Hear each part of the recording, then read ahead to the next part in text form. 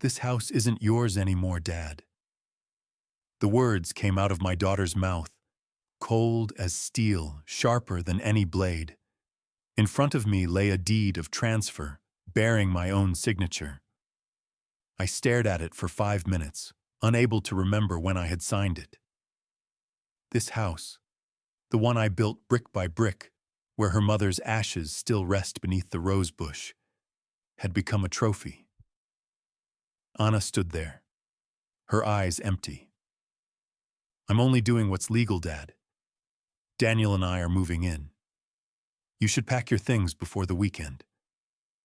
Something cracked inside my chest. Not my heart, something deeper. The sound of a family collapsing. All my life I believed in justice, in blood ties. But that day I learned, betrayal can wear the very face you love most. And worse, it can believe it's doing the right thing. I walked out into the freezing rain, carrying only one thing: a faded sketch my daughter and I once drew when she was 7. I couldn't tell when the rain became tears. All I knew was the war had begun. Follow me. Because what happened next wasn't just betrayal, it was war.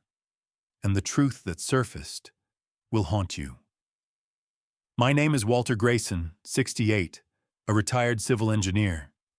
30 years ago, I designed this house myself. The red cedar porch, the limestone steps, the round window overlooking Maple Lake. It wasn't just a home. It was proof of love, mine and Clara's, my late wife who lost her battle with cancer 10 years ago. After she passed, it was just Anna and me. She was the only light left in my darkness. I thought that if I worked hard enough, if I left her something solid, at least she'd never have to worry about tomorrow. I never knew that what I built to protect her would one day destroy everything I had.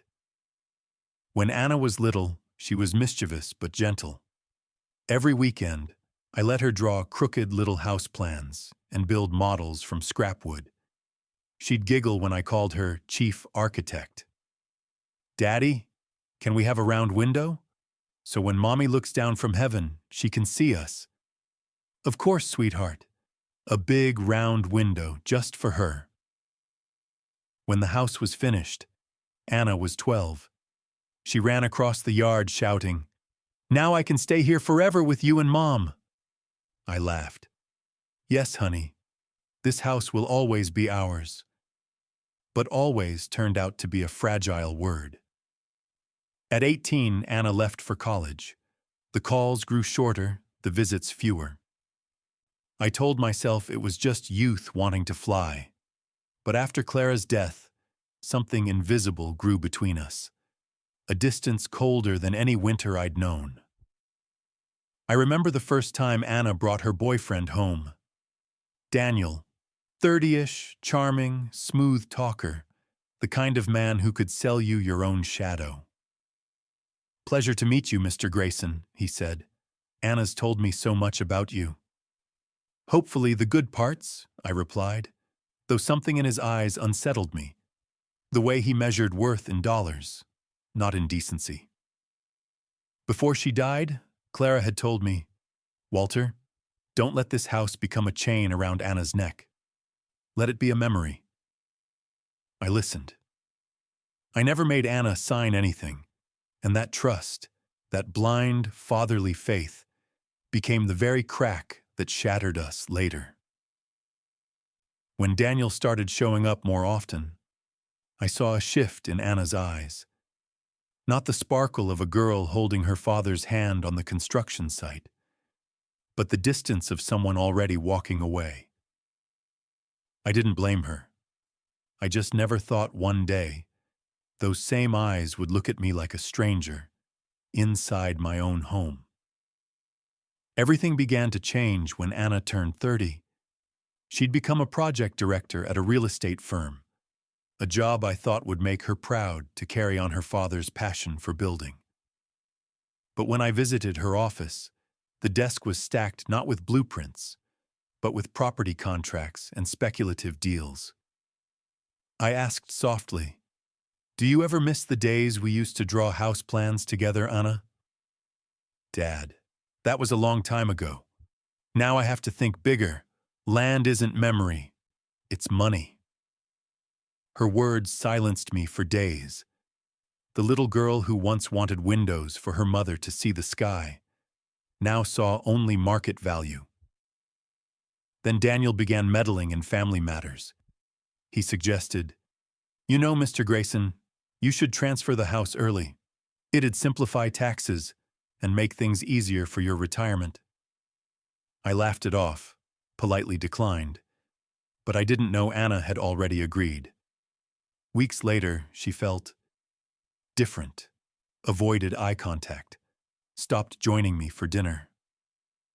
The warmth in the house faded, as if even Clara's spirit had left the walls. One night, I overheard them arguing on the porch. Daniel's voice was low, but clear enough. "Don't go soft, Anna. He won't live forever. That property's practically ours." I froze behind the door, my fist gripping the wood. I wasn't sure what hurt more, his words or her silence. The next morning, Anna came to my room. "Dad, if I remodel the house, make it more modern, would you mind? As long as you keep the round window, the one your mother loved." She nodded, eyes distant. That same week, she was preparing a forged deed, my name copied in careful ink. One rainy morning, after a hospital checkup, I returned home to find Daniel stepping out with a folder. "You're looking well, Mr. Grayson." "I try to stay alive," I said. "Good, because sometimes people need to be awake to realize who really owns the house." His words sliced through the air like cold wind.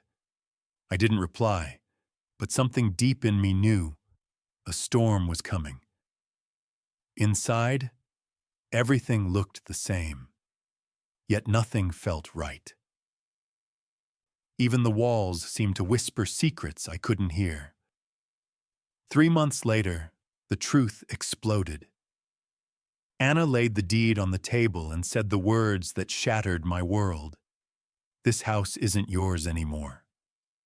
From that moment on, the home of memories became a battlefield of betrayal. And I, an old man who once believed in family, began to learn how to fight back. 3 days after being forced out, I found myself in a tiny cafe on the corner of Maple, staring at the photocopy of the deed Anna had handed me. The paper bore my signature, a notarized stamp, a clear date. But I had never put pen to that page. My hand trembled as I traced the letters. It looked frighteningly like my own. The W in Walter slanted to the right, the same weary tilt I get when my hand cramps. And yet, there was one detail only I would notice. I always sign in blue ink, never black. This one was black, heavy, clinical, indifferent. I took the copy to Richard Hale, the lawyer who helped me with my will 8 years ago. He frowned as he scanned it. "The handwriting matches, but this notary stamp, something's off. This stamp's from the Riverdale office. They closed 2 years ago." "You're saying it's fake?" I asked. "More than fake. This deed was reconstructed from an old original. Someone took the version I drafted years ago and edited it." It felt as if the blood had thickened in my veins. "Who could access the original?" I whispered. "Either someone who handled the old files or someone in your family who knew where you kept them." He didn't have to say the name for me to hear it. That afternoon, I went back to the house. The locks had been changed. I stood at the gate and peered through the round window, now covered with a gray curtain. The house didn't breathe anymore. Mrs. Elaine, my neighbor across the street, opened her window and called out, "Walter, are you all right?" I thought it was odd. Last week your daughter and that man came by with folders. They even asked me to sign as a witness. I refused. Did he give his name? I asked. Daniel something. Very confident. Said he was doing some tax paperwork for you. My throat closed. Tax paperwork. The exact phrase Daniel had used to bait me. He had turned that friendly advice into a perfect hook. I'd been the foolish fish that swam right into the net. That night in my cramped rental, I pulled out every old document I had and began comparing. The forgeries were meticulous, every ink blot, every number nearly identical. Then I saw it, a single line where the address read Wood Lane, and someone had misspelled it as Woodline.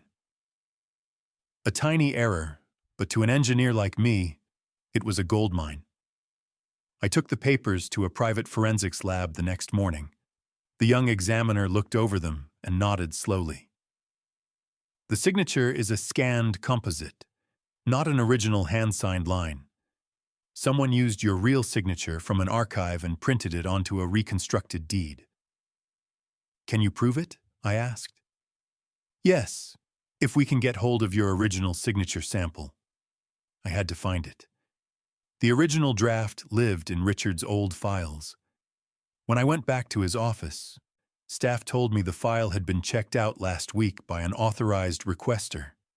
The name on the release form, Anna Grayson. It wasn't pain I felt then. Pain is honest. This was hollowness, a silence that swallowed sound. I sat on the front steps, watched the rain, and for the first time in my life whispered words I never thought I would. My daughter stole my life. But resignation wasn't in me. If Anna and Daniel chose to lie, they'd learn the hard truth. The man they betrayed wasn't merely an old man. He'd built a world with his bare hands. I stood, walked into the rain, and a single thought burned in my head. I will take it all back. Not for the house, for the truth. 3 days after I discovered the fake deed, an eviction notice arrived at my temporary address. At first I thought it was a mistake. The envelope, however, made it clear. Complainant, legal owners, Anna and Daniel White. My daughter, by her own hand, had signed to kick me out. That afternoon I went back to the house. The gate was locked. Daniel stood in the yard, white shirt, a drink in his hand, a pale smile that said he'd already won. "What are you doing here, Mr. Grayson?" he asked. "To speak with my daughter." "She's busy. I'm the legal representative now." I breathed in and kept my voice steady. "Daniel, do you know what you've done? Forgery, fraud, unlawful seizure." "Enough!" His tone snapped. "You have no proof. The house is ours now. You can sue, but courts look at paperwork, and all the paperwork has your signature." I searched his face for regret. There was none. Only smug contempt.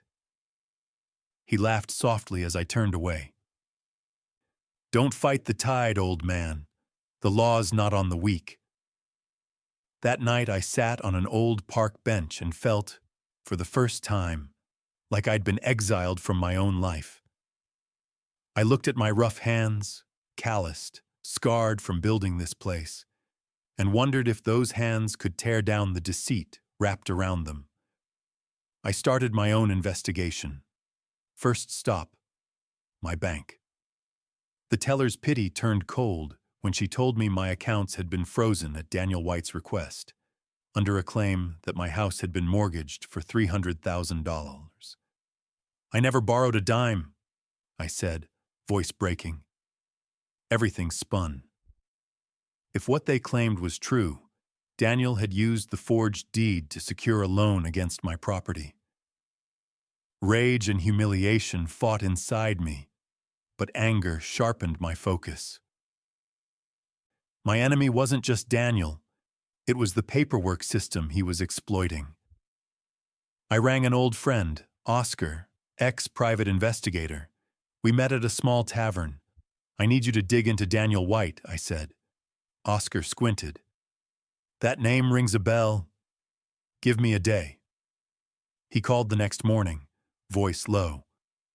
Walter, I found him.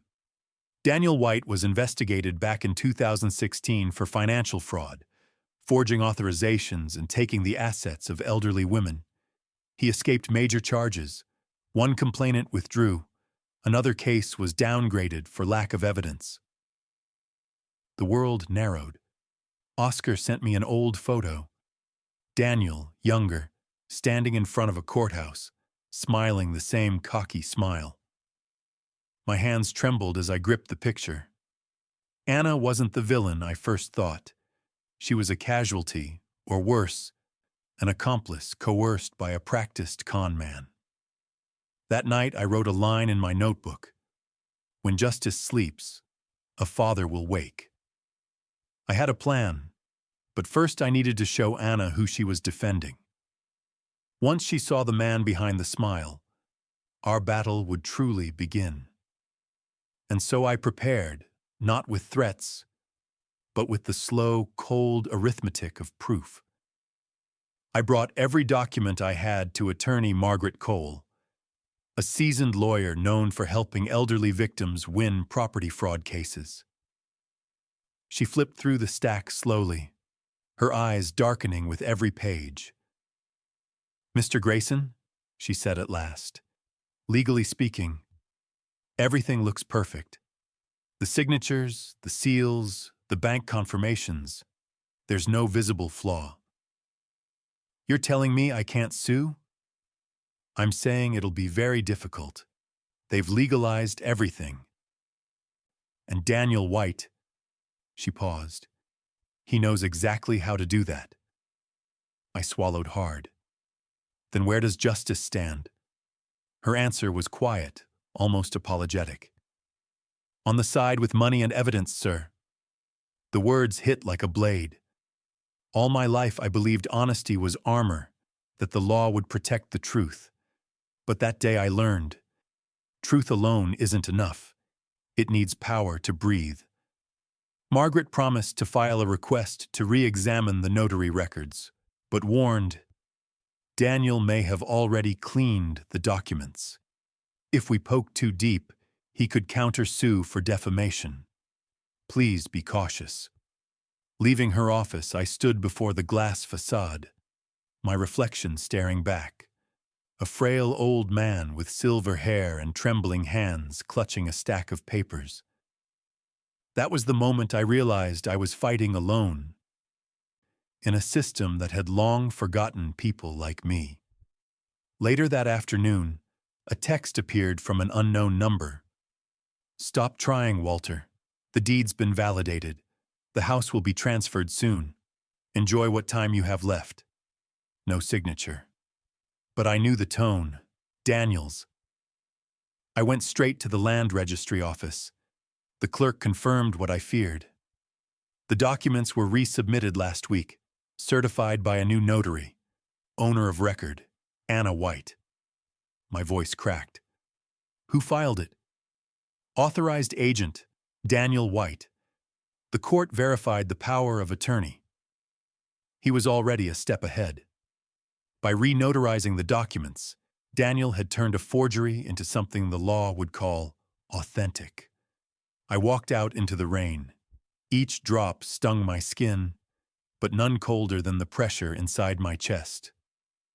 I sat on a roadside bench and opened my phone, an old photo of the three of us, Clara, Anna, and me standing before the half-built house.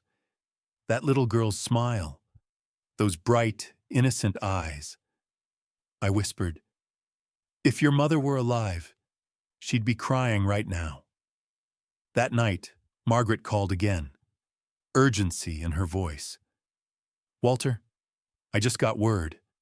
Daniel transferred the mortgage loan to a shell company.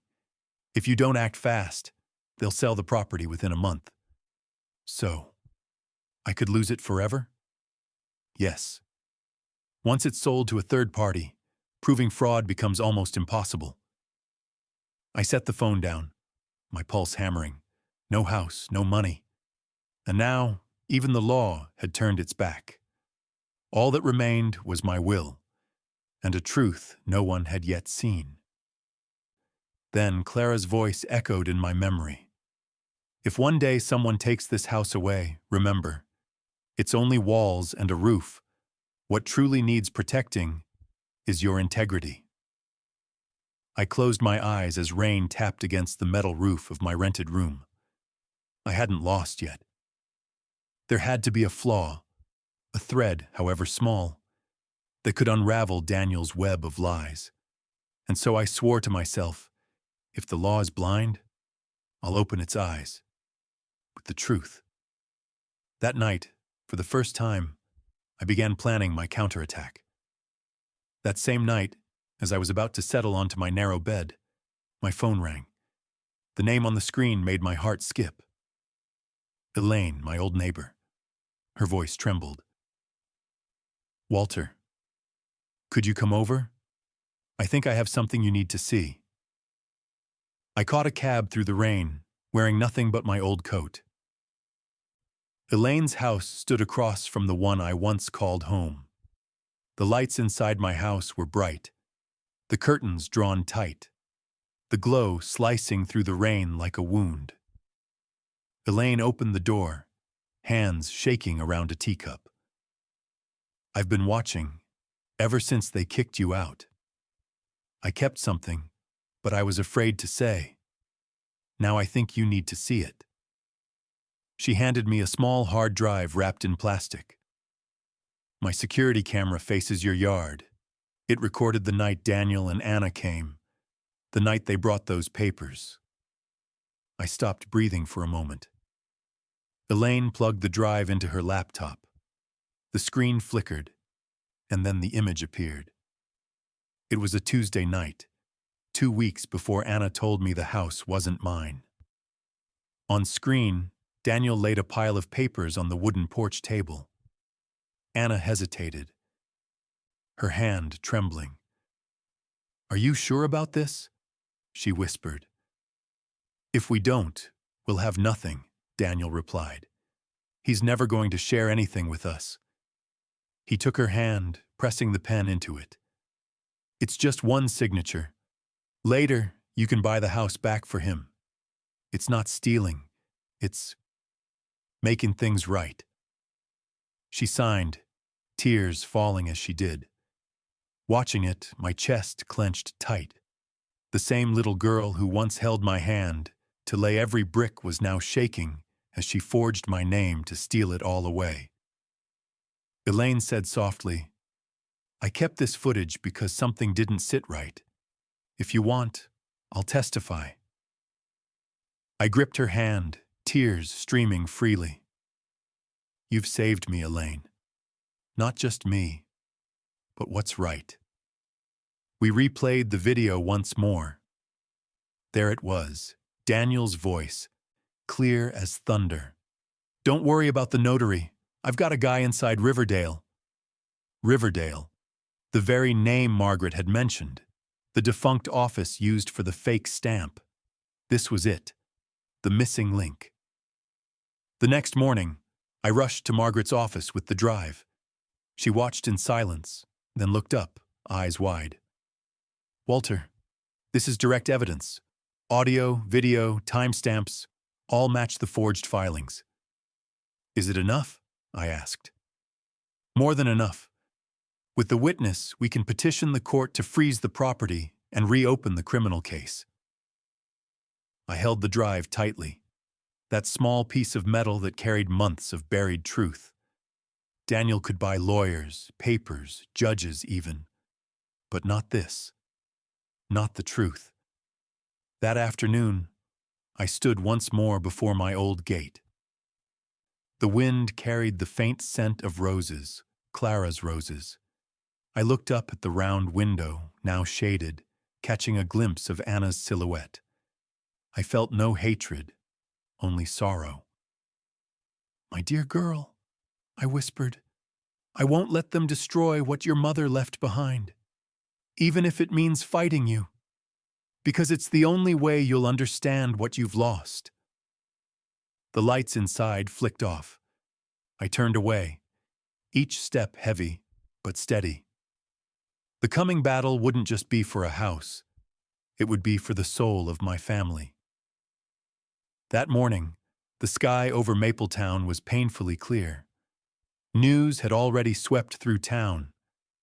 A lavish wedding for director Anna Grayson and businessman Daniel White at the Silver Lake Hotel. I stood across the street, watching white ribbons flutter above the entrance. My daughter, the girl who once promised she'd never leave Dad, was walking the aisle in white beside the man who'd robbed me of everything. I wasn't there to give a blessing. I was there to expose the truth. In my coat pocket was a USB drive, the footage from Elaine's security camera. Margaret and I had verified it, enhanced the audio, and time-stamped it. She'd warned me, "Walter, are you sure? This will break your daughter in front of everyone." She needs to break, Margaret. Sometimes people only see their mistakes when they're standing in the rubble. I waited until the ceremony was in full swing. Music swelled. Daniel and Anna stepped down the flowered aisle, hand in hand. Applause, camera flashes, beautiful, and built on a lie. I walked in. Slow, measured. My footsteps echoed through the ballroom. Heads turned. Daniel saw me and blanched. Anna's eyes widened, her lips trembling. "Dad, why are you here?" "To offer congratulations," I said softly, "and to tell the truth." Silence hardened in the room. I held up the USB. "Before you pledge forever, let everyone witness what this marriage is built on: love or deceit." Daniel moved toward me, forcing a grin.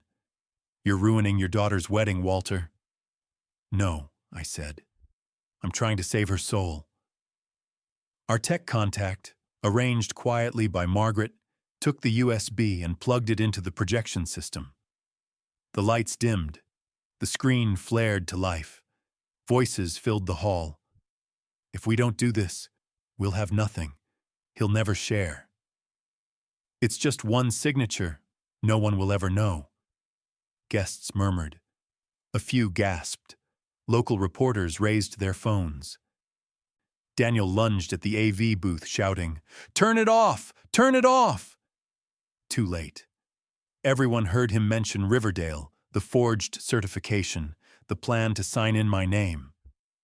Anna stood frozen, lips quivering. I looked at her. Not angry, just heartsick. "My girl, this is your wedding day. But can you stand beside this man now that you know who he is?" Daniel grabbed my shoulder. "You crazy old man, you'll pay for this slander." I shook him off, my voice hardening. "No, Daniel, you will pay in court." Security rushed in to calm the chaos. Guests whispered. Some shook their heads. Others slipped out. Anna stood in the spotlight, face drained of color. She turned to Daniel, tears spilling. "You said it was just a formality. You said no one would ever know." "Shut up," he snapped. "Everything I did was for you." His shout sliced the room in two. I turned for the doors, voice rough. This wedding ended before it began. I walked out through the noise, the gasps, the crying, the outrage. But there was no relief in me, because this was only the first round. The real war, the one fought with money, law, and public opinion, was just beginning. By morning, the story had blown up. Front page of the Maple Gazette. Wedding turns into tribunal. Father accuses daughter and groom of document fraud. The photo showed me in the center of the ballroom, holding a USB, while Daniel screamed like a man unmasked. Within 24 hours, the video was everywhere. Strangers argued, judged, mocked. Some pitied me. A father betrayed. Others sneered, "Jealous old man can't stand his daughter marrying rich." I couldn't read for long. The comments drained me faster than betrayal ever had. Where was justice in all that noise? 3 days later, Daniel sat on a local talk show with his lawyer.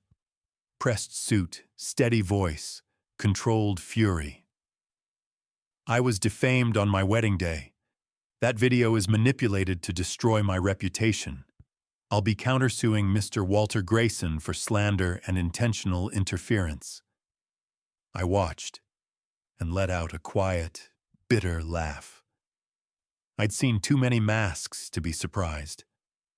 Margaret arrived at my rooming house with a stack of papers. "He's not bluffing, Walter. Daniel actually filed. They're claiming you fabricated evidence for extortion." "Extortion?" I choked.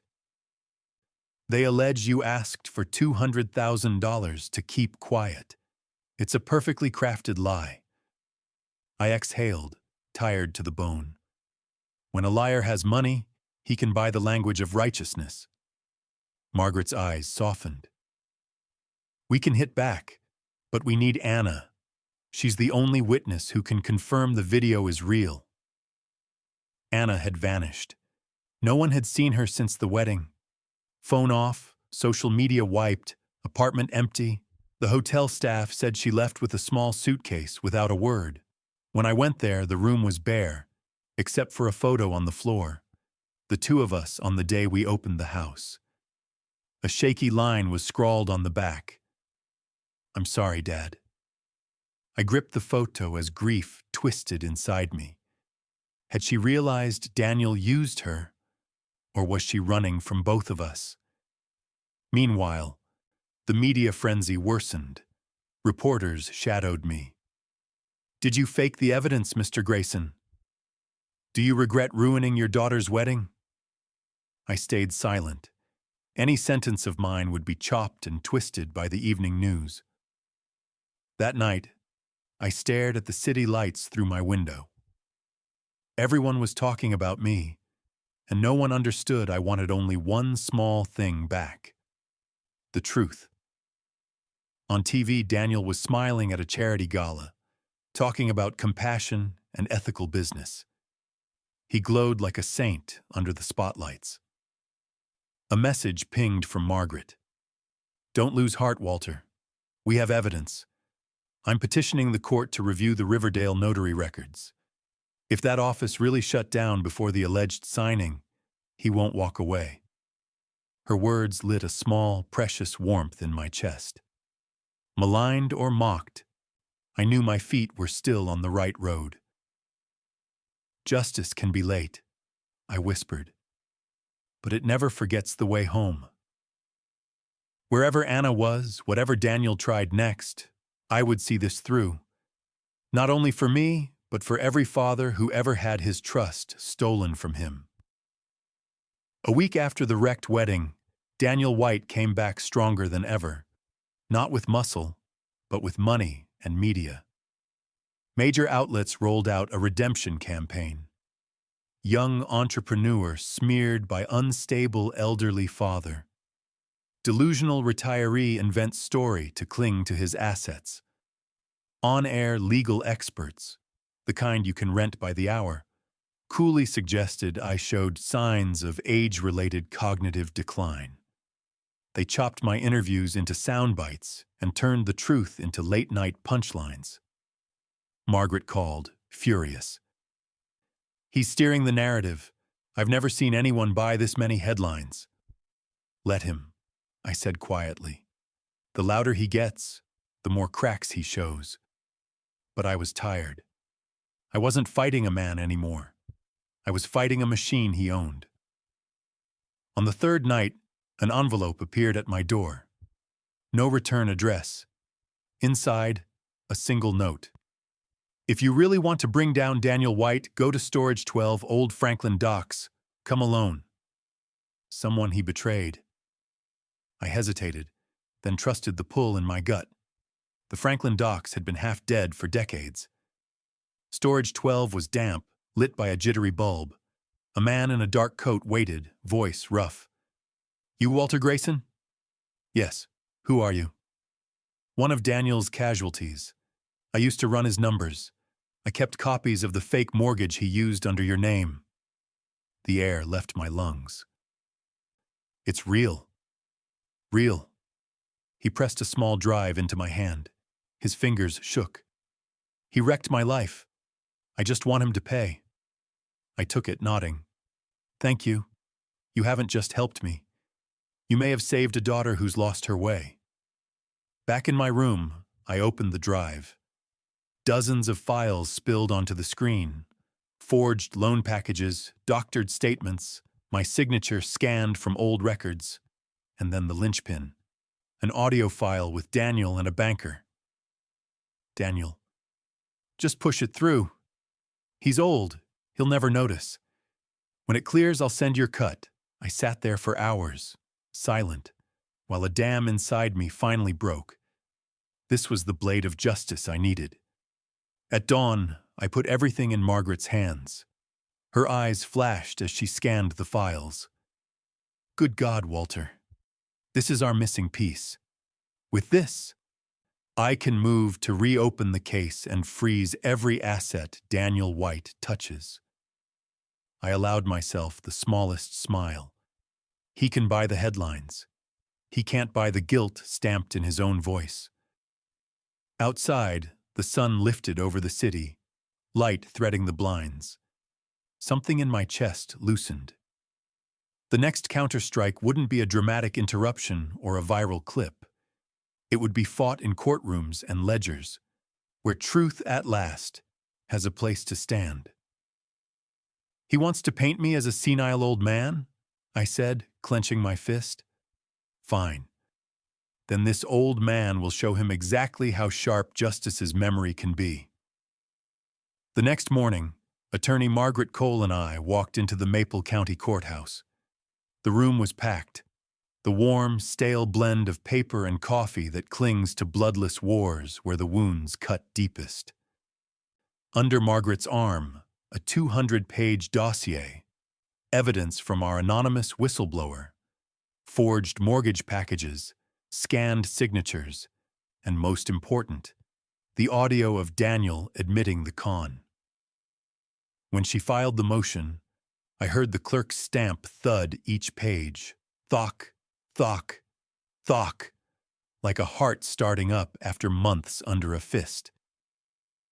"Mr. Grayson," Margaret whispered, "we've officially asked the court to freeze every asset in Daniel White's name and in his company's. If the judge grants it, he can't move a cent, can't sell your home, and he'll face a criminal probe." I nodded. "For the first time in months," I said, "justice looks like something real." We both knew the fight wasn't only law, it was leverage. Daniel had a legal phalanx, a media machine, and money. He'd hit back. But this time, truth was on our side. 2 days later, an emergency hearing. Daniel arrived like a parade, 5 attorneys, 2 finance advisors, cameras outside.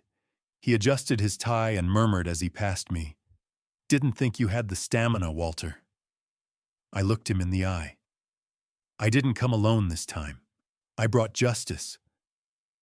Behind closed doors, we fought for 4 hours. Margaret played the recording. Daniel's voice filled the room. "Push it through. He's old. He'll never notice." Silence. One of Daniel's lawyers tried. The audio could be manipulated. Margaret placed the verified original on the table, along with an independent lab report. No one spoke again. At last, the judge leafed through the file and said, voice even. Based on the evidence presented, the court grants a temporary asset freeze on Daniel White pending the outcome of a formal investigation. The words rang like a bell. I closed my eyes. Months of rage rinsed out of me in a single breath. Daniel stiffened, color draining. He leaned in, hissed, "You think you've won, old man? I still have a trump card." I met his stare. All you've ever had are tricks. I have a conscience. Outside, reporters swarmed. I said only one thing. I'm not out for revenge. I'm reclaiming a truth that was stolen. Margaret walked beside me, a small smile shadowed by caution. We've won the opening round. He'll come hard now. He won't sit still. I know, I said. But this time he fights in the light. Lies don't live long there. Sun speared through the courthouse glass and lit the wet street after last night's rain. I lifted my face and drew a long breath. Warmth, the kind that feels like faith, crept back into my chest. I also knew it wasn't over. Cornered, Daniel wouldn't just throw money. He'd try to weaponize the system itself. And I'd better be ready. 3 days after the freeze, Daniel struck back, not with silence, not with shame, but with a full frontal assault on my name and my mind. The evening news led with it. Businessman Daniel White says he's the victim of a smear. His attorneys moved to lift the asset freeze, submitting medical reports that Walter Grayson suffers age-related cognitive impairment. On screen, they looped an old clip of me gripping a folder with trembling hands, edited into a portrait of a doddering fool. The headline screamed, "Blind with age or bitter with envy." I felt something colder than fear. Daniel didn't need knives. He could slice a man apart with credibility and cash. Margaret slammed her palm on the table. He's even bought psychologists to testify. Fine. Then we go where money leaves footprints, his accounts. She swung her laptop toward me, rows of transfers and shell entities. Daniel's running at least 3 Cayman shells. The mortgage cash from your house flowed right through them. If we trace this as illicit funds, he doesn't just lose assets. He faces money laundering charges. I stared at the screen and nodded. Then we stopped shouting at the crowd, I said. We let the numbers tell the truth. We worked late. Receipts, statements, wire logs sprawled across the desk. She tapped a transfer tagged Riverdale Consulting, Daniel's so-called tax outfit. See it? That's the same defunct notary shell. Dead on paper since 2022, still moving money. A light went on in my head. If he's using Riverdale to launder funds, he's indicting himself with every wire. Can you trace the owner? I've called a friend at federal tax. If they confirm beneficial ownership, we open a financial investigation. Wind rattled the window. The wall clock ticked like a countdown. Morning proved Margaret right. Daniel staged a grand press conference at the Golden Star, the same venue as the wrecked wedding. I regret the confusion, he told the cameras, smooth as silk. I respected Mr. Grayson once, but grief and age have loosened his grip on reality. Polite laughter. Applause. Will you continue to sue? A reporter asked. Of course. I believe in justice. Justice protects the honest. I watched live, my hands shaking. Not from fear this time, but certainty. Smile while you can, I murmured. The next time those lights hit you, it'll be for the reading of your charges. By afternoon, Margaret's phone lit up. She put the call on speaker. A male voice said, Federal Tax Investigations. Ms. Cole, we have confirmation. Riverdale Consulting is beneficially owned by Daniel White. Over $400,000 moved through the account in 6 months. Margaret's eyes flashed. Walter, she said. He just tightened the noose himself. I clenched my fist, glanced at Clara's photo on the wall and whispered, We're close, love. We're getting our home back. Outside, thunder rolled. A cleansing storm was on its way. 3 days after that tax call, Mapletown shook with breaking news. Federal Financial Crimes Unit raids Daniel White Holdings. Squad cars and plainclothes agents swarmed the glass tower where Daniel worked. Red and blue lights smeared across the lobby as employees filed out, stunned. I stood well back in the crowd, saying nothing, just watching the man who'd laughed from a throne of lies stumble in a $1,000 suit. Every screen pulsed with updates. Cayman accounts and Riverdale Consulting frozen. Suspected laundering, forged loan packages, tax fraud. Daniel tried to project calm. That afternoon, he called Margaret as if we were all still playing a friendly game. "Ms. Cole, you're a smart woman. We can make this easy. I'll double your fee if you misplace a few documents." Margaret's laugh was winter cold. "Mr. White, I'm not for sale, and if I were, you couldn't afford me." She hung up, then turned to me. "He's panicking, Walter. That's the sound of a liar sinking." When I returned to my room that night, the door was ajar. On the table, a check for $100,000 and a note. "Disappear, and this goes away. D." I sat under the weak lamp and studied it. My old hands trembled, not with temptation, but disgust. I struck a match and fed the check to the flame. The fire curled Daniel's name to cinders. I texted Margaret. "He tried to bribe me. I might be next on his list." Her reply came fast. "Already notified investigators. You're now under witness protection protocols." By morning, Daniel had snapped. As agents sealed off his offices, he burst out shouting, "You have no right! I'm being framed! Anna did this, not me!" Hearing my daughter's name thrown like a spear might once have broken me. Not now. I stepped forward, voice low and steady. "Daniel, you can lie to the world. You can't lie to yourself. You wrote your own sentence with the first forged stroke." He lunged. Officers held him back. A lead investigator read it, crisp and final. "Daniel White, you are under arrest on suspicion of money laundering, notary fraud, and unlawful conversion of assets." The cuffs clicked. That dry metal sound closed the chapter on a man who thought money could purchase gravity. Mapletown buzzed.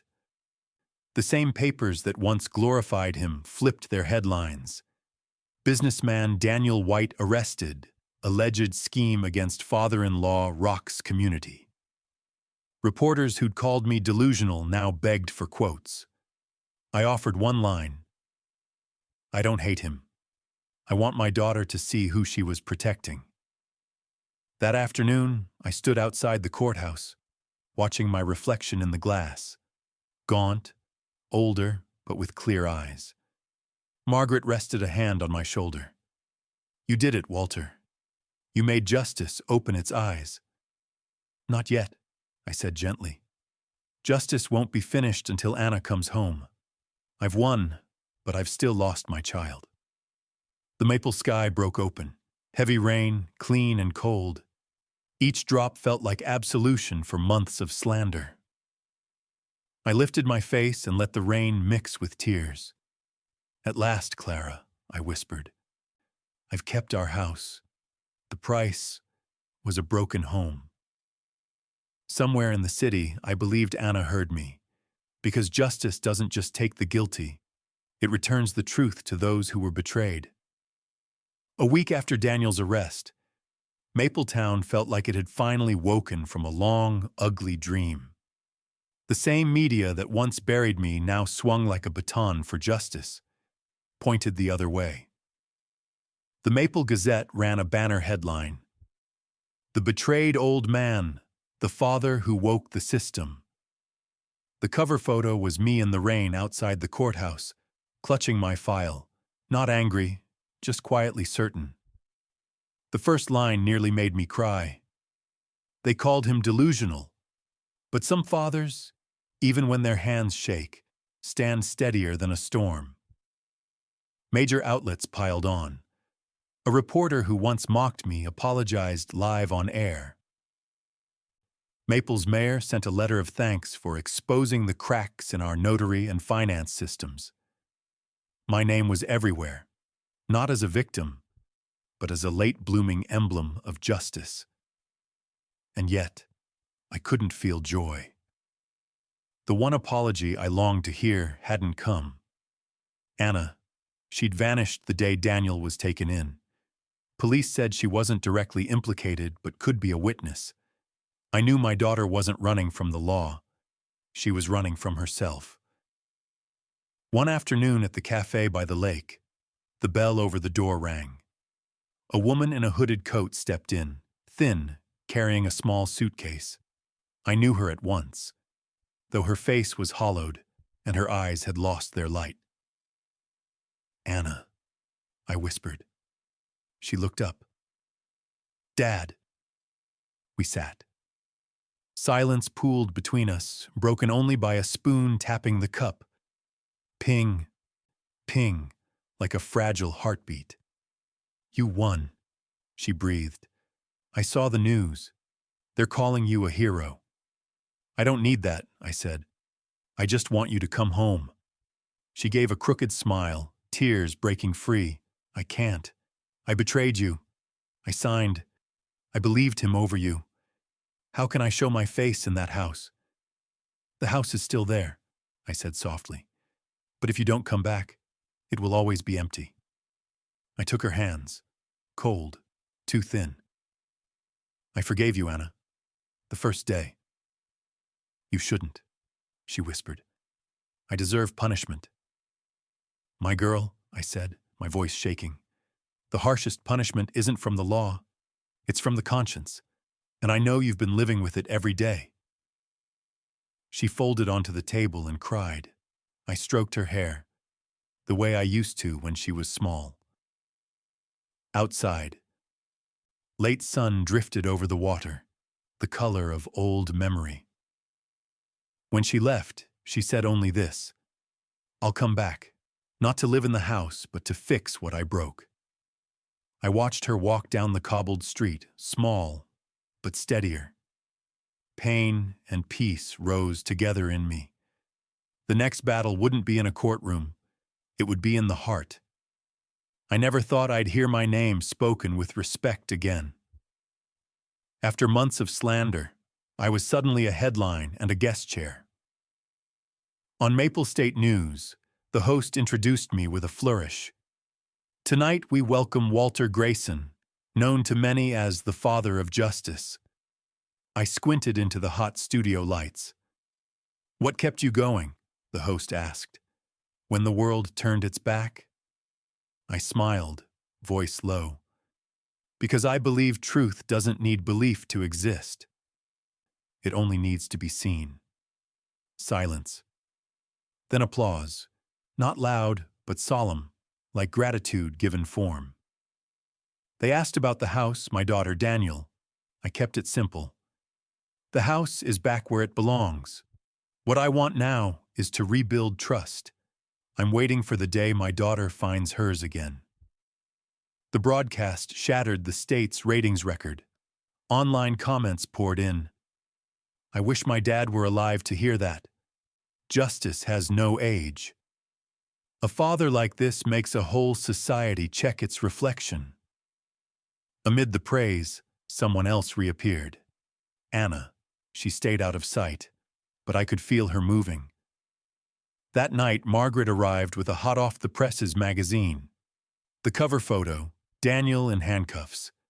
The headline, "Behind the Glass, an anonymous witness steps forward." I opened it. 3 pages, meticulously detailed: Daniel's manipulation, financial schemes, psychological abuse, and a female witness's account, unnamed, written in a voice that cut me open. Calm, honest, aching. I signed false papers not out of greed, but ignorance. I believed a man who deserved no belief, and betrayed the only person who loved me without condition. If time turned back, I'd still stand judgment. Only in the dark did I learn how bright my Father's light truly is. I stopped reading. I didn't need proof. A father knows his child's voice, even through tears. Want me to verify? Margaret asked gently. I shook my head. No, I already have. The piece hit like thunder. TV networks hunted the anonymous witness, but Anna held her silence. No interviews, no socials, no public sightings. Just one candid photo. She stood by Maple Lake with a small bouquet of white roses. Clara's roses. It flooded the feeds with a caption, "The daughter in the shadows, when remorse turns to light."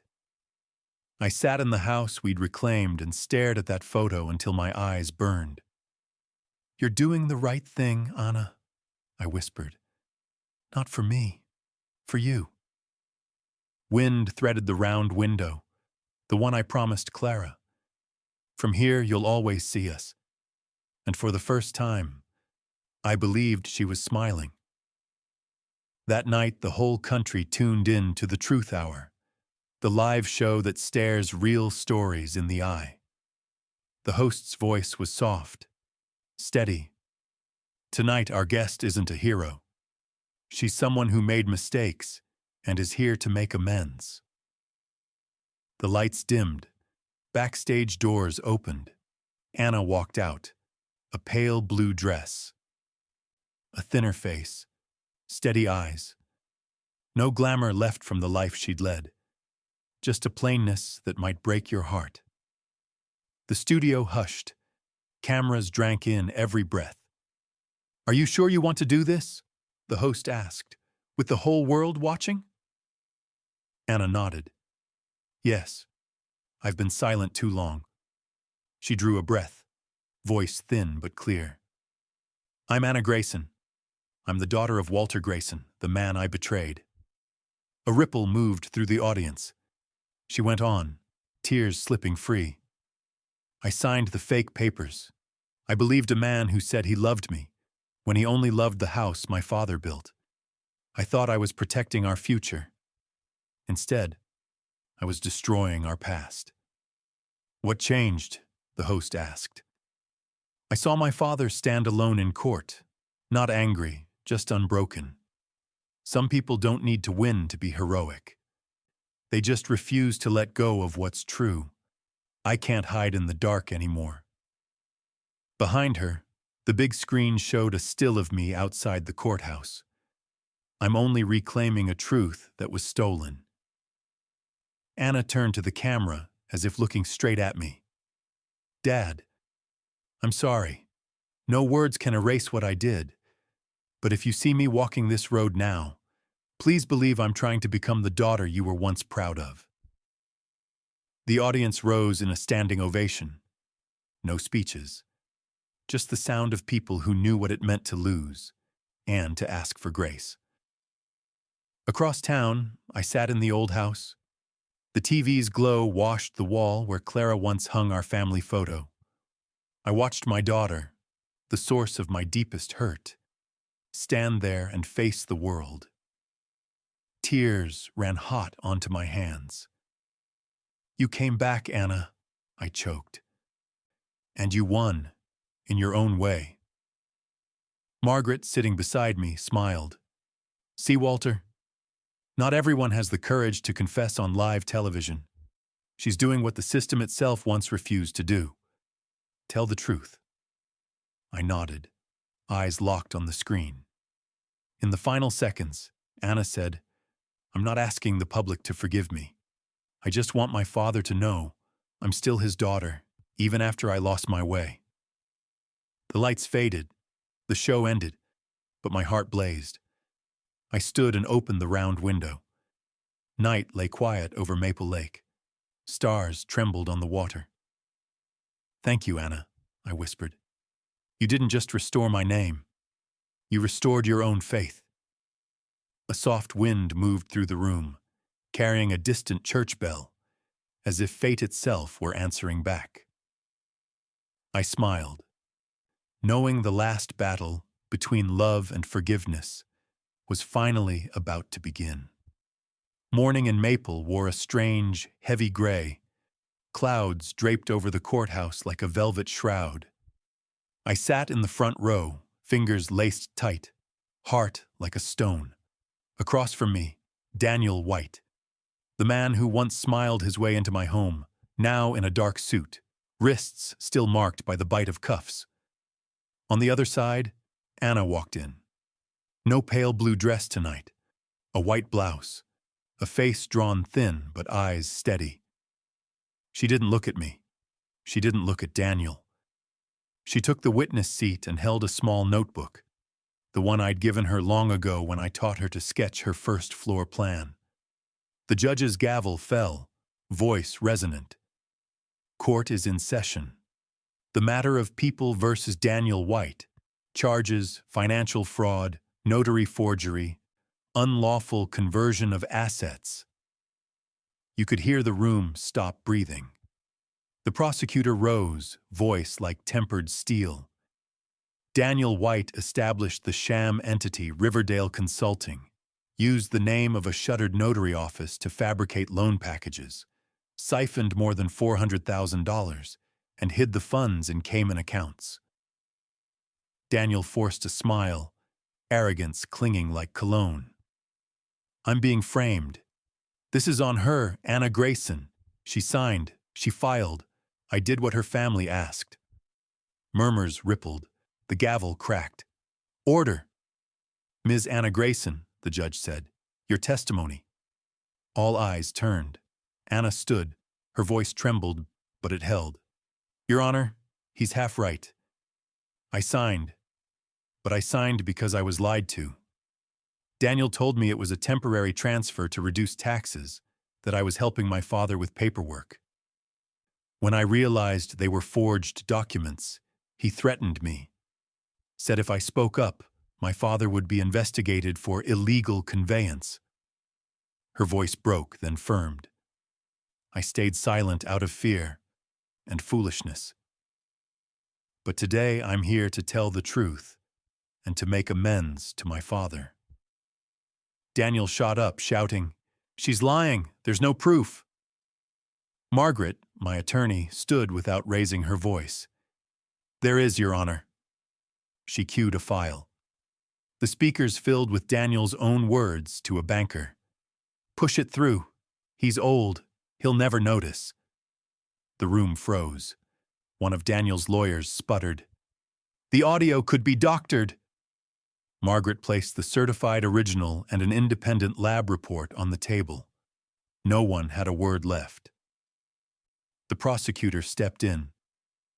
This recording has been authenticated by federal forensics. There is no doubt the defendant orchestrated the fraud. Cameras flashed. Pens scratched.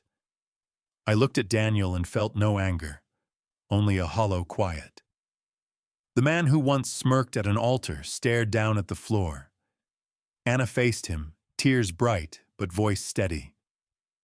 He told me, no one beats money. Today I'm here to prove the opposite. That principle isn't for sale. The judge nodded. We'll recess 15 minutes before preliminary findings. When everyone rose, I stayed seated. Anna passed, pausing just a second, and set her notebook on the table before me. I opened it. Inside, the first sketch we'd ever drawn together. Our house in pencil lines and hope. Beneath it, in a shaking hand, Dad, I'm standing on the side of the truth now. I closed my eyes. For the first time in years, my tears weren't from pain, but pride. 15 minutes of recess felt like the whole building was holding its breath. When the judge returned, Daniel had changed. No more polished quiet. His eyes were red, his voice cracked with rage and fear. I have something to say. He slammed a palm on the table. The person who belongs on trial isn't just me. It's Walter Grayson. He masterminded this, staged everything to grab back his assets. The room erupted. Gavel. Order. I'm telling the truth. He's a fraud chasing fame. He forced his daughter to testify just to win public sympathy. He jabbed a finger at me, spitting words. Father and daughter, actors in a filthy little play. I didn't move. I just met his eyes. This is how a cornered lie dies, loud, wild, and empty. The prosecutor rose, voice flat and cold. Bald accusations. But let's indulge the defendant. Explain why your personal computer holds the original forged deed with your fingerprints on the edited signature layer? A collective gasp. Daniel blanched. Whoa, what? Margaret stepped forward, mercilessly calm. Extracted by the FBI from your office drives. You saved the scan of Mr. Grayson's signature with comparison samples. And annotated, final version matches old man's fatigue slant. The gallery roared. Daniel shouted, stumbling, No, someone planted. Anna rose. She didn't raise her voice. She didn't need to. No one planted anything. You did this. And you know it. Do you remember what you said on my father's porch? She held up a tiny USB. Her hand shook. Her eyes didn't. I recorded it. Not on purpose, but enough. Margaret plugged it in. Daniel's voice spilled across the room, slick and cold. Sign it, Anna. He's not lucid anymore. Everyone will believe me. When it's done, I'll give the house back to you. And of course, we'll be rich. The silence afterward felt like a verdict. Daniel sagged into his chair, eyes unfocused. No. You recorded. The judge's tone cut clean. This supplementary evidence fully corroborates the prosecution's case. The defendant not only committed financial fraud, but manipulated and coerced a witness. The court will consider aggravating factors for witness intimidation and bribery.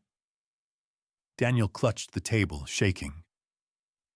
I just wanted a better life. I didn't think it would go this far. And every lie starts with that sentence, the judge replied. Anna bowed her head, tears falling. I saw not a fallen child, but a woman facing her own shadow and refusing to look away.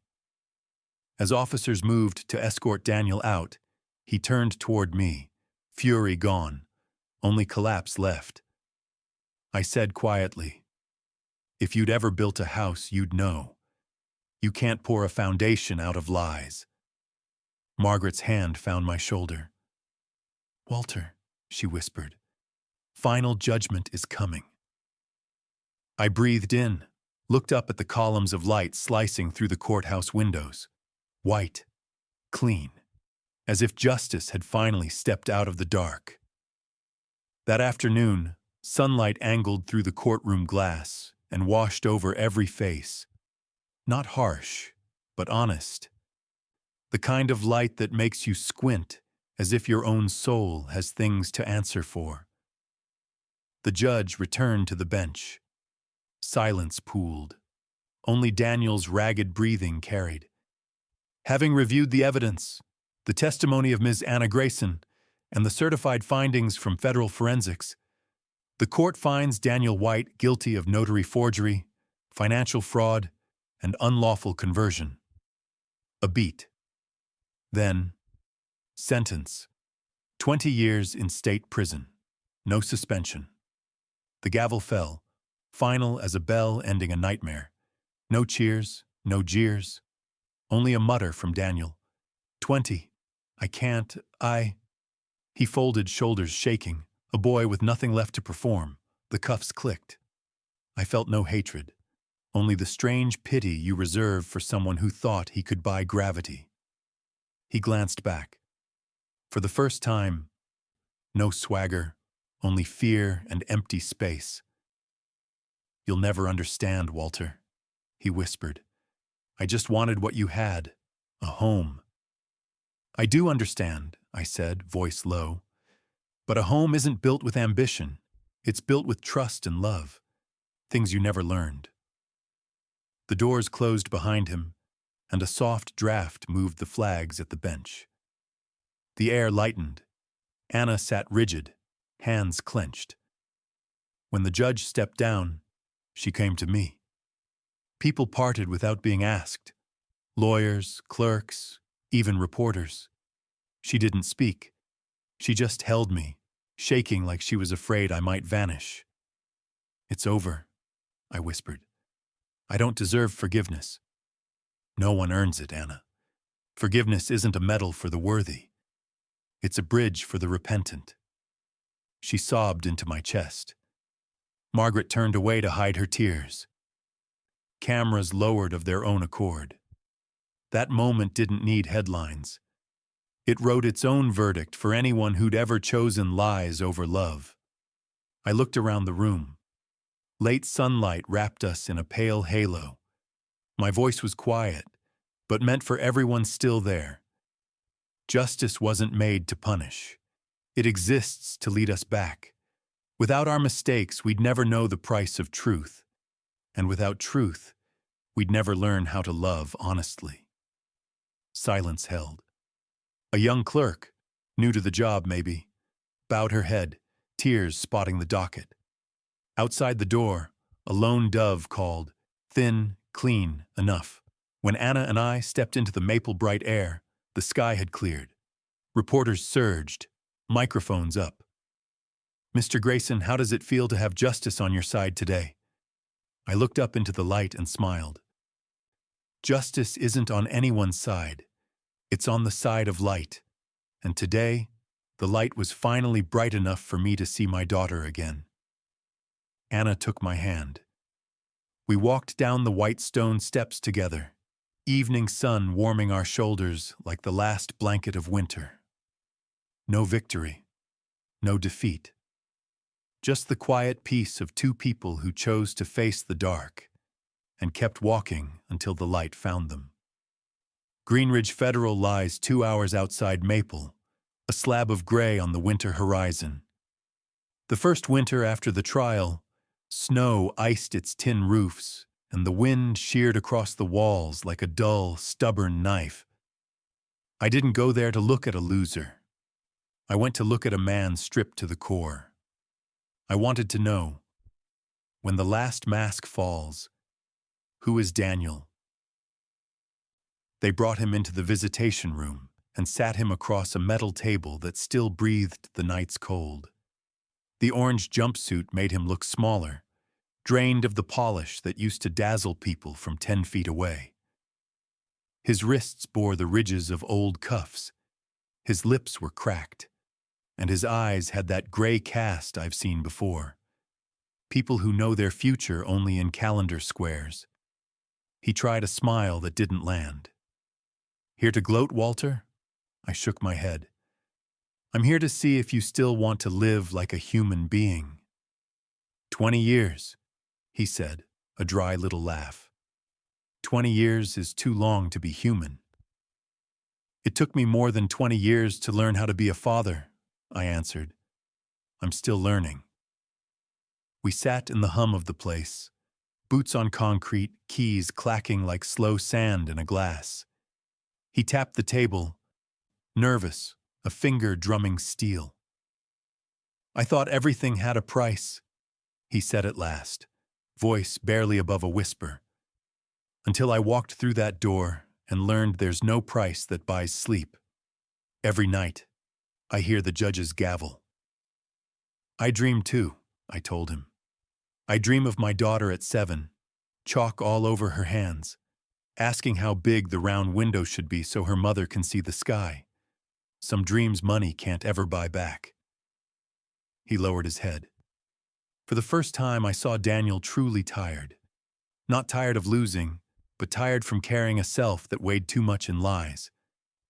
"If you see Anna," he hesitated, "tell her I'm sorry, whether she believes it or not." "Say it yourself while you still can," I said. "An apology isn't for being forgiven. It's so you can hear yourself confess." I left the prison at noon under a gray veil, On the drive back, I passed a snow-flattened lot, a half-born project, concrete pilings jutting like white fingers through frost. I understood then, what we build out of ambition ends up abandoned. What we build out of love survives the season. Back in Maple, the fallout came like a late rain. Daniel's company dissolved. His lawyers changed faces like shirts. Some resigned, some deflected, some went silent. Papers that once called me the delusional old man ran special reports on ghost notaries and risk control gaps in local banks. Storefronts, partners, the parties with fireworks, gone from his life like a filter stripped from a photo. People asked if I felt satisfied. I said no. Truth had been returned to me, but a father's pride must be restitched with very small stitches, each one a decent act. Anna began her first stitches. She came back to the house, not to live, but to work. Mornings on the porch, she pulled rusted nails from the eaves and reset wind-lifted tiles. Afternoons in the garden, she pruned Clara's old rose bush, hands clenched so hard they bled when the thorns bit. I told her to stop. She shook her head. "I'm not trying, Dad. I'm doing what's right." We didn't talk much. The quiet wasn't heavy anymore. It felt like the breath between two hammer strikes when you're truing a doorframe. Anna rehung the round window. Every time the glass clicked into place, I heard an old laugh. She wiped a scratched family frame until the rag came away black with dust. Once, she stood a long while at the hearth, where I'd hidden the sketch from when she was 7, and slid in a fresh page, a new plan of the house with notes in her handwriting. Keep the cedar porch, add a skylight, train climbing roses, leave a space for Mom's shadow. I realized the only way to move a house from the past into the present is to let the next pair of hands touch it. In the evenings, Anna used my office and called Daniel's former victims. She asked to meet them, to tell her story, to volunteer for an elder protection group that fights deed scams. Some hung up, some cursed, some cried without words. Every night she logged it, 7 calls, 2 listened, 1 agreed to meet. Each line was a paving stone on her road home. As for me, I had to relearn purpose. I cracked open the old blueprint drawers. The smell of damp paper and blue ink woke something in me.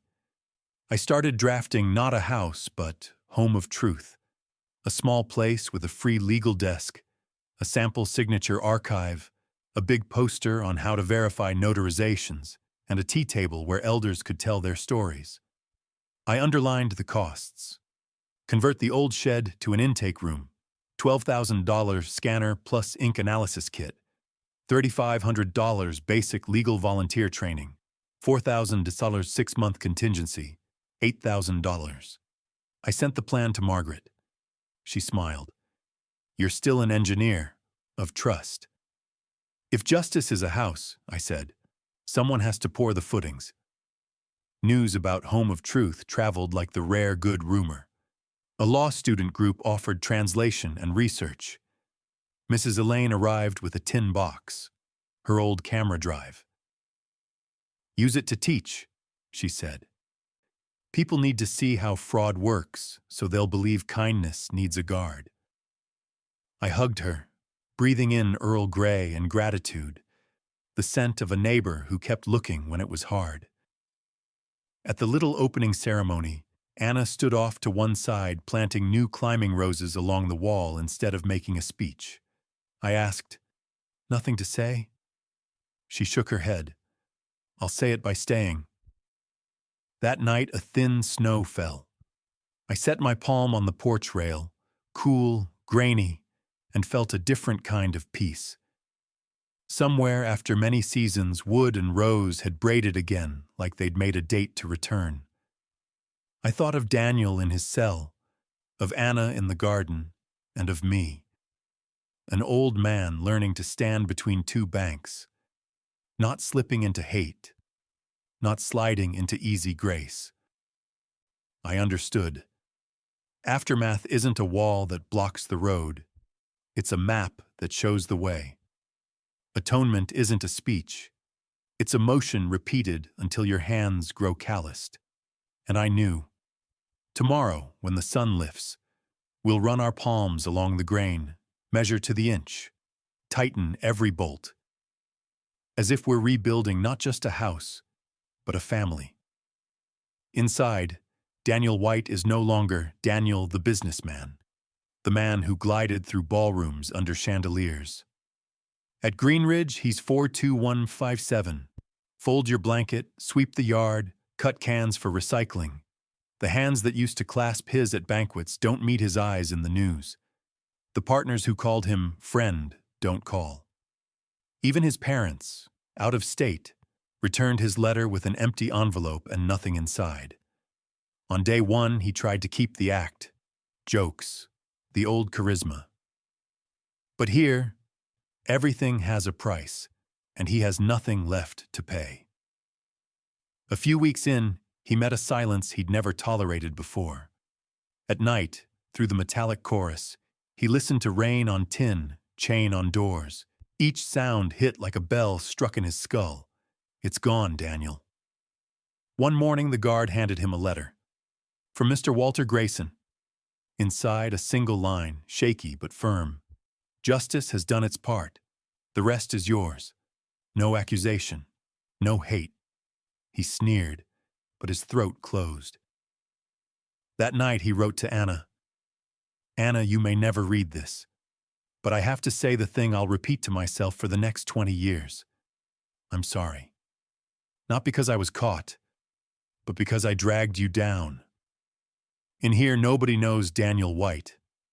They only say 42157. Maybe that's the name I deserve. Live well. And if you see him, tell Walter I understand now. A house isn't built with money. It's built with the truth. The letter never went out. Censorship held it, but a young officer who'd followed the case snapped a photo and quietly sent a copy to Home of Truth. In Maple, Anna began her restitution the only way that counts, by facing those she'd helped hurt. The first meeting was at St. Mary's. More than 20 came, most of them elders scammed by Daniel's paperwork machine. When Anna stepped up, a few turned away. Someone shouted, "You should be in prison with him." She bowed her head. If I could trade places, I would. I can't. So I'll spend what's left of my life stopping what I once helped create. Her voice shook, but she didn't dodge. She explained how Daniel manipulated, how he mined trust, how she got pulled along. No one clapped, just a silence heavy as stone. Then, from the back, an old man rose with a cane. You told the truth, and people who tell the truth deserve to be heard. From that day, Anna was invited to community centers, law schools, even local TV. She didn't talk about guilt. She talked about the mechanics of blindness. Cleft hearts have one skill: making you believe the wrong thing feels right. Faces changed as she spoke. Suspicion, disdain, then something like understanding. Sometimes, slowly, applause. She didn't call it forgiveness. She called it the first light. As for me, I kept Home of Truth humming. I'd hoped for a handful of visitors the first month. We saw 30 cases, mostly elders coerced into signing what they didn't understand. Each file was a small wound in someone's trust. A grandma brought an authorization to borrow that was a deed of sale. A veteran showed a life insurance rider that was a collateral pledge. Our little team of law students split the pages, taught reading lines, and demanded proper notarization. One noon, my vision blurred and the room tilted. Margaret caught me, scolding, "Walter, You're 76, not a 1L. I managed a weak smile. If justice needs a doorman, I can still sit the chair. She sighed, brewed tea, and set an envelope in my hand. This came from Greenridge. It didn't pass the censors, but someone sent me a copy. I opened Daniel's letter to Anna. Crooked lines, remorse, a tremor in every word. When I finished, I folded it and set it down. I felt no triumph and no pity, just a strange quiet. Maybe justice had finally touched the soul it needed to. Late, but real. That afternoon, we welcomed visitor number 1,000. An elderly woman arrived with a bundle of dried roses. I heard you on the radio. I have no money. Just these from my garden. I placed them beside Clara's photo. The brittle petals felt like a message from my wife. See? Justice never dies. It simply asks to be believed back to life. Outside, rain began, tapping the roof with a gentle count. I sat behind the wooden desk, the lamplight pooling on a fresh intake form, and listened to Anna's voice in the next room. Not everyone who's wrong is a bad person, but anyone who hides their wrongs isn't ready to become good. I smiled. This house, after all these years, finally had the sound of truth. Nights at Greenridge were unusually long that season. The prison sank into mist, lights dimming to tired eyes. Daniel sat in the corner of his cell, back to the wall, listening to the metal orchestra. Doors, chains, the breath of men who'd done harm. A small riot broke out early in the month. New inmates fighting over rations, a few injuries, plastic bowls busted on the floor. Daniel, who once laughed at hunger, sat in the chaos, blood smeared on the sleeve of his orange. For the first time, he didn't rage or curse. He just stared at the drying red on his hands turning dark. In that moment, he understood. Everything he'd grabbed to own had turned to ash. A week later, lightning of a different kind. His mother died. No one told him sooner. Not necessary for an inmate, they said. When the form finally reached him, he read it 3 times before believing. No service, no family, just a line. Body donated to the public health school. It was the first time since his arrest that Daniel cried. Not for the death, but for the fact there was no one left to hear, "I'm sorry." Tears fell onto his calloused palms, mixing with the faded ink of Walter's one-line note he kept folded in his chest pocket.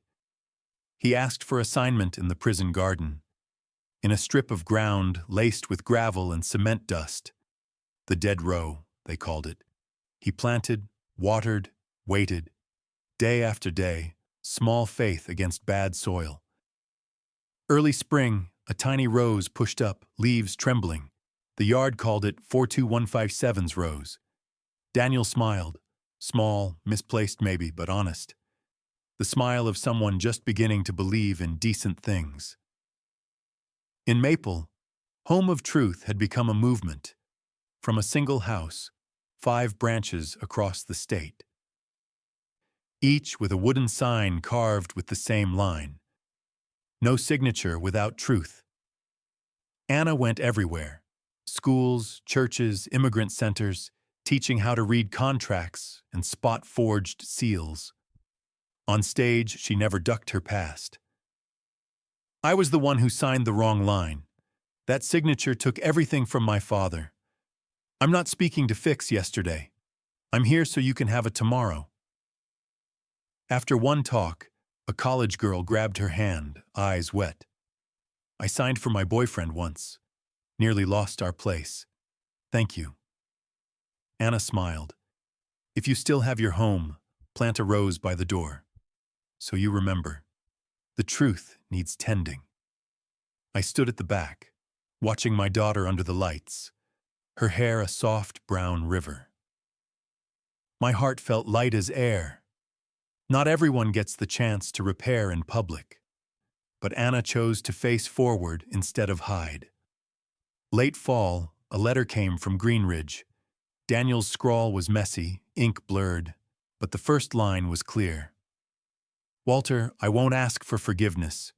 You gave it before I knew I needed it. I just want to tell you, the rose bloomed. And I think I finally understand what you meant. Homes aren't built out of bricks, but trust." It was short, just a few lines, but it held me quiet a long time. I carried it to the garden and handed it to Anna. She read and said softly, "Maybe this belongs at Home of Truth, for the ones who think turning back is too late." At the opening of a new branch, we framed the letter and set it in the glass beside the first photo of the project. Underneath, I wrote a small caption. "Written in prison, sent from freedom." The room applauded, gentle, like a heartbeat finding rhythm. Margaret stood beside me, smiling. "See? Sometimes justice doesn't need winners and losers. It just needs someone to stay and tell the story." "And to forgive," I said. Outside, Anna helped the kids plant new rose stock. Dirt on her hands, color in her cheeks. When she looked up and saw me, she lifted the little spade and grinned. The same bright grin I hadn't seen since Clara was alive. I stepped in and helped tamp the soil. Each stroke of the trowel buried a breath of the past. Each handful of earth raised a small, green hope. "Dad," Anna said quietly, "if Daniel gets out one day, I want him to see these roses." "He will," I said, voice rough. "Justice doesn't cage people forever if they learn to turn around." The sun slid down. Light poured across the yard and caught the letter in the window. A breeze brushed the rose leaves, their scent folded into the faint ring of a far church bell. I lifted my eyes to Maple's late autumn sky and whispered, "Clara, do you see it? Our house has truly come home." That scene, an old father, his daughter kneeling by the roses, evening light settling, old papers flicking in the wind, was no longer the last page of a tragedy. It was the first chapter of a rebirth. Because after everything, we finally understood. Justice isn't made to destroy. It exists to lead us back, to the bright part of ourselves. The second winter at Greenridge is colder than the last. Wind threads the iron bars and leaves a sound like someone sobbing in the dark. Daniel White, inmate 42157, is used to it now. He doesn't count days anymore, only door locks. Every time the bolt clacks, he tells himself, "That's one more day I'm still alive to regret." Nothing of the old Daniel remains. No company, no business cards, no friends. Only a few papers he guards like relics. A copy of Walter's one-line note and a clipped newspaper photo of Anna at the Home of Truth opening. She's framed by glass and sunlight, a spade in her hands, roses ready for planting. She's smiling. That smile haunts him more than sleepless nights. At first, he hates it. Every glance shoves him off a cliff into memory. The ruined wedding, the click of that USB, Walter's steady eyes full not of hate, but of pity. Slowly he stares longer and understands. It isn't the photo he hates. It's the man in it who used to be loved. He begins to write. Not one letter, hundreds. A stub of pencil, scraps of paper. Some are only a line, some a sentence and a half. The guards joke he's the novelist of Block D. Daniel isn't writing to be read. He writes because only while writing does he hear himself tell the truth. "Walter, I used to think justice was what old men cling to when they're too weak to fight. Now I know justice is what remains when strength is gone. Anna, when you walked out of court, I wanted to call your name, but my throat locked. If I could speak now, I'd ask, Do you still believe in love? If not, then at least believe in light. I promise it reaches as far as this place. None of the letters go out. Censors box them, sometimes burn them, sometimes tear them. Daniel keeps writing anyway, one a day, a penitent saying Mass for himself. He's done asking for fairness. He wants to turn his sin into paperwork, a warning someone might learn from.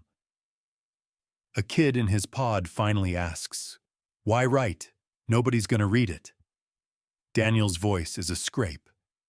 So I remember I once knew how to write. You afraid people forget you're a con? No. So I don't forget I once knew how to tell the truth. The kid falls quiet. After that, most nights, Daniel helps him draft letters to his mother. The dark feels less sharp. Two men who did wrong practice saying love out loud again. Time crawls inside a prison. News from outside travels fast. One day a young officer slips him a paper. Center spread. Home of Truth expands to 3 states. A photo of Walter and Anna beneath a new wooden sign.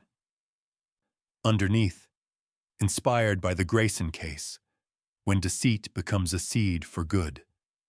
Daniel studies it for a long time. A blade of winter sun slants through the window and lands on the ink, warming the line. He whispers, as if sound might break what's fragile. They did what I promised, what I never kept. That night he writes until the page blurs. The paper shivers under his hand. The graphite runs with tears. Walter, you once said justice wasn't born to punish, but to lead people back. I think I'm walking that road. It just doesn't have a finish line. If it does, I hope it leads to the place you call home. He folds the letter and sets it beside a dog-eared Bible someone left behind. On the inside cover, he adds one last line, to no one and everyone. If anyone reads this after me, know that I did wrong and learn to look up at the sky again. Snow falls hard that night. A storm knocks the power. Only the dim red emergency lights remain. Daniel lies on the steel bunk and watches the ceiling. He isn't afraid of the dark anymore. In his head, the wind stops shrieking like ghosts and softens into the breath of a past dissolving. He drifts off and dreams he's outside Walter's house. No steel fence, no fake deeds, only an open door. Anna stands on the porch with a bouquet of roses, smiling. Walter sits on a wooden chair facing the garden. The air is warm, a sun he hasn't felt since intake. He steps forward, trembling. Can I come back? Walter's smile is a gentle verdict. If you know how to return, the door is always open. Everything turns to mist. Daniel wakes with his chest aching, pillow wet. He presses a palm to his heart and feels it, steady as a hammer. Inside 4 iron walls, he understands. Sometimes returning isn't leaving this place. It's finding yourself again in the dark. And that night, for the first time, he sleeps. Year 16 at Greenridge. Daniel's hair is white. His back is bent. His gait stutters after years of labor detail. His chart says it plain. End-stage heart failure, prognosis under 6 months. He files no motions, seeks no clemency. He asks for one thing only. Let me keep paper, a pencil, and a photograph. The photo is Anna under the Home of Truth sign. He folds it carefully and tucks it into his prison shirt. Each night he looks at it and writes a few lines. Anna, I once told you, if you know where the light is, walk to it even if it burns your feet. Now I have only darkness left, but your light is enough for both of us. Walter, I thought forgiveness was a reward. It's a test. You passed. I haven't. I'm learning.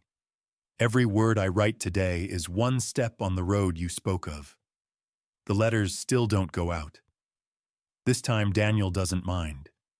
Not every apology needs ears. Some exist so the mouth that speaks them can be at peace.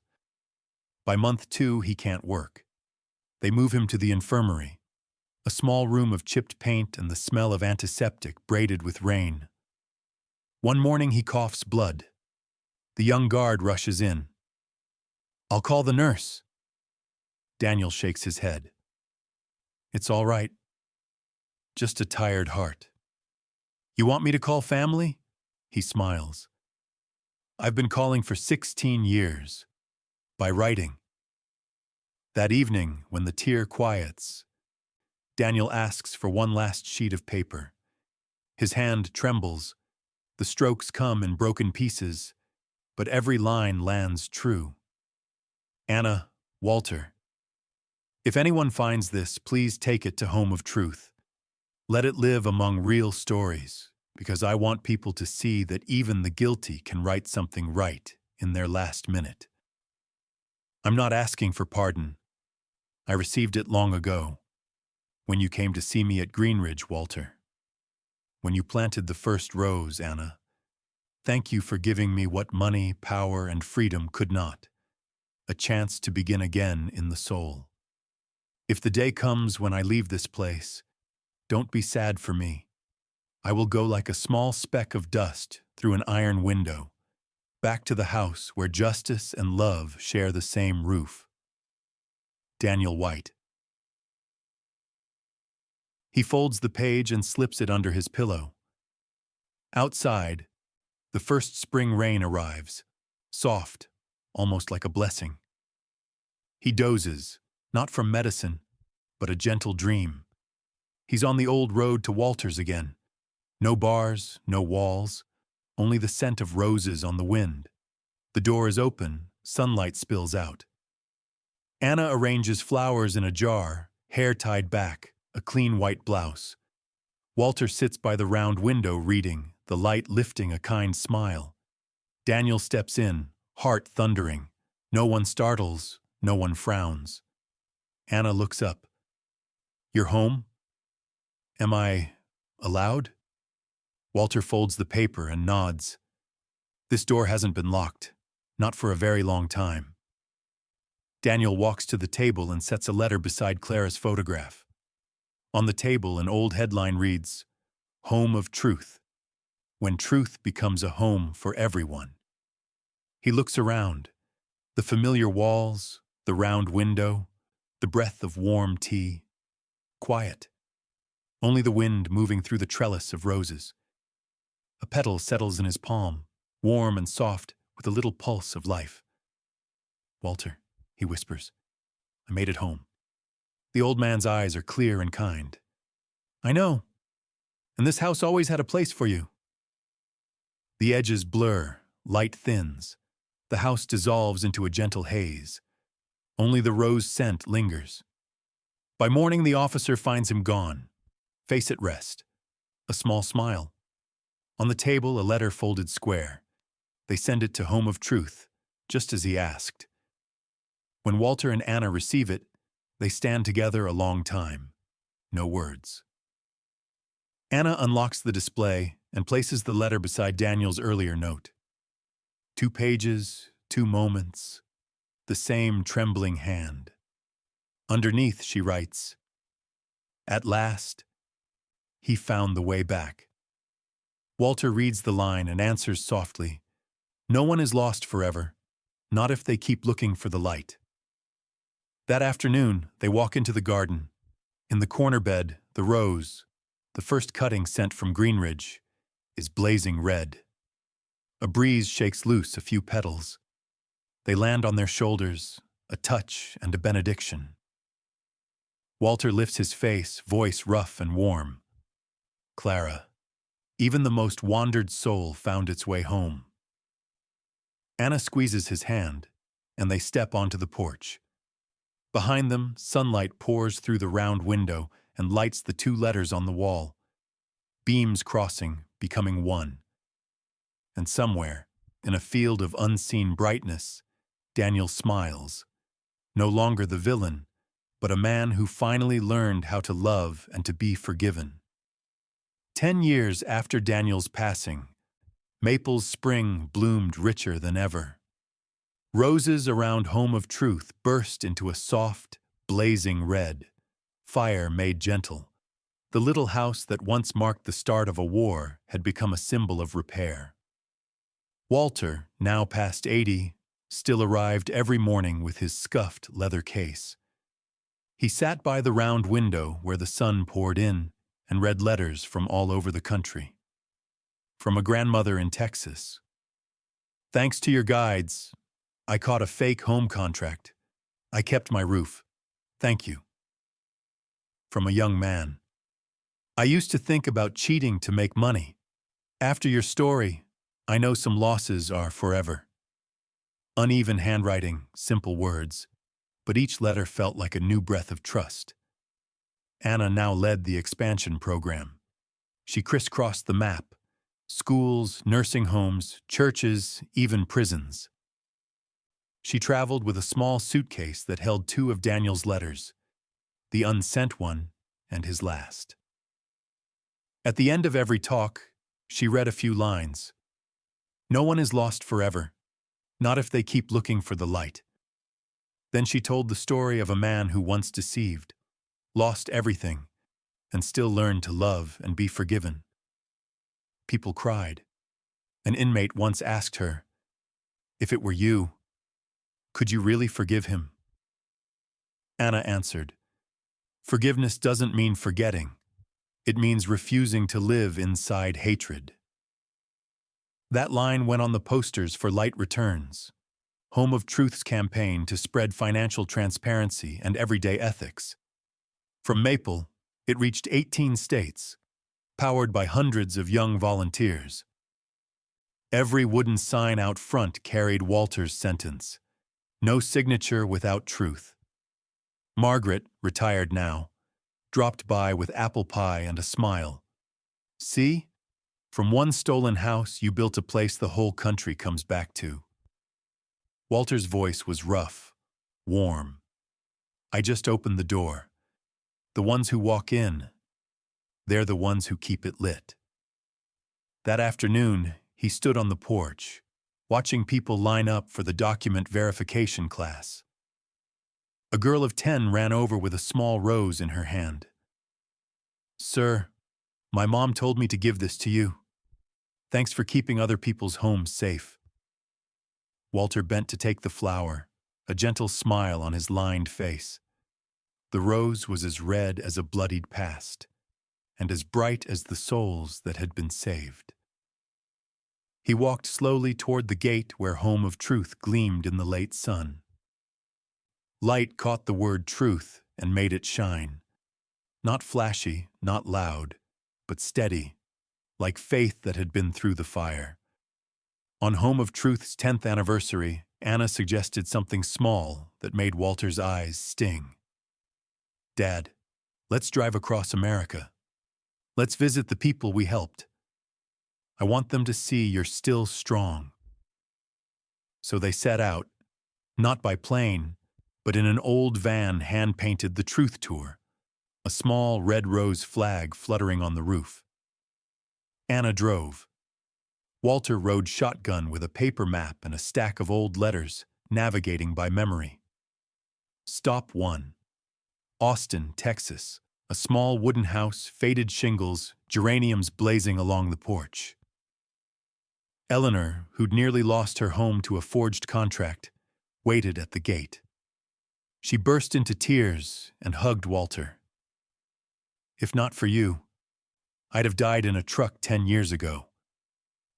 Inside, a Home of Truth frame hung on the wall. Beneath it, a bank document, her title deed. "I keep it here," she said, "to remember every morning that someone taught me how to keep my roof." Walter stood quiet, fingers on the paper, feeling the purpose of Home of Truth under his hands. Not just preserving a house, preserving trust. Stop 2. Detroit, Michigan. A small church in an old industrial strip. Ryan, the young man who'd written Walter years ago, was now a social worker helping teens dodge predatory loans and scams. He shook Walter's hand. I used to want shortcuts. When I heard no signature without truth, I turned around. He showed them a back room where the wall was covered in notes. Check twice before you trust. Anna read each line, eyes prickling. Ryan tapped the wall. This reminds me every day that light has the shape of honesty. Walter set a hand on his shoulder. You've gone farther than I have, son. Justice doesn't need a choir. It needs one person to mean it. Final stop. Greenridge. The prison gate was still cold, but the sky was startlingly clear. They were met by Warden Parker, the young guard from years ago, now head of rehabilitation. He led them to a small room and set a wooden box on the table, the letters DW carved on top. Mr. Grayson, before he died, inmate 42157, Daniel White, left this for you and Ms. Anna. I've kept it all these years.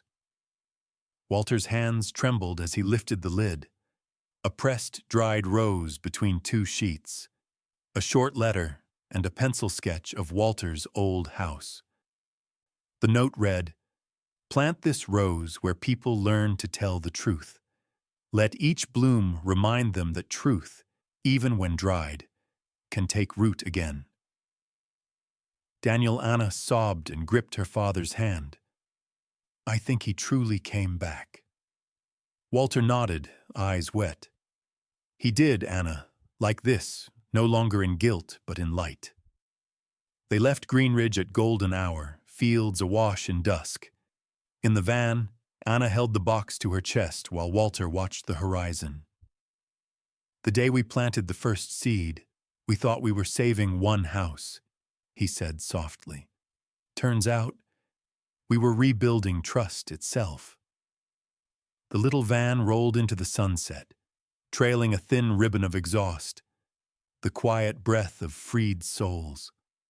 On the last evening of their cross-country tour, Walter and Anna came home to Maple. Sunlight drenched the yard. The roses around Home of Truth were in full, jubilant bloom. The old cedar house was now the national headquarters of a movement, but to Walter, it was still the place where a father and daughter learned how to trust again. Volunteers strung banners for the Day of Justice and Mercy Memorial. Anna rehearsed her remarks. Walter settled into his wicker chair, listening to the laughter, peace spreading through him like warm tea. He took out Daniel's wooden box. The dried rose had crumbled into small petals, but it still held a faint scent, like a piece of a soul that hadn't dispersed. He set it on the desk, opened his notebook, and wrote the closing lines of the memoir he'd been drafting, Justice and the House of Truth. A decade ago, I lost everything, my name, my trust, and the daughter I loved. I thought justice was something to demand, until I learned it truly lives not in a courtroom, but in choosing truth when no one's forcing you to. Forgiveness doesn't erase the past, but it lets the future begin. He looked up at Anna guiding the kids as they planted roses. His voice, barely above a whisper, yet filling the room. Family isn't blood. It's respect and love. It's choosing to sit down even when a wound lies between you. It's seeing each other not through the past, but through hope. Late sun slanted through the round window, washing the desktop, the two framed letters from Daniel and the Home of Truth plaque. The light was golden and slow, rinsing every word like a quiet baptism. Walter closed the notebook and stepped onto the porch. The evening breeze carried rose scent and children's laughter. He faced the crowd, his voice low but sure. I've lived long enough to know this. Truth won't save everyone, but it will save anyone brave enough to face it. If there's something you haven't said, a wrong you haven't faced, start now. Truth doesn't wait. And justice doesn't punish. It leads us home. Silence settled. Anna's eyes shone. She walked up, pressed a fresh-cut rose, red and heady, into his palm. "Dad, I think Mom would be proud." Walter smiled through a shimmer. "And Daniel, he's watching too." Applause rose, not for a speech, but for the feeling of touching something real, where faith, failure, and forgiveness share the same room. Daylight thinned. Maple's sky slid into dusk. High above, clouds streaked like wandering ink, fading and blending into one another. Walter looked up and said, "This house will never need a lock. If you arrive carrying the truth, you already belong. And if you've ever been lost in a lie, remember, every door can open. If you knock with an honest heart, follow our next journey, because the story to come will make you believe even the darkest hearts can learn how to shine."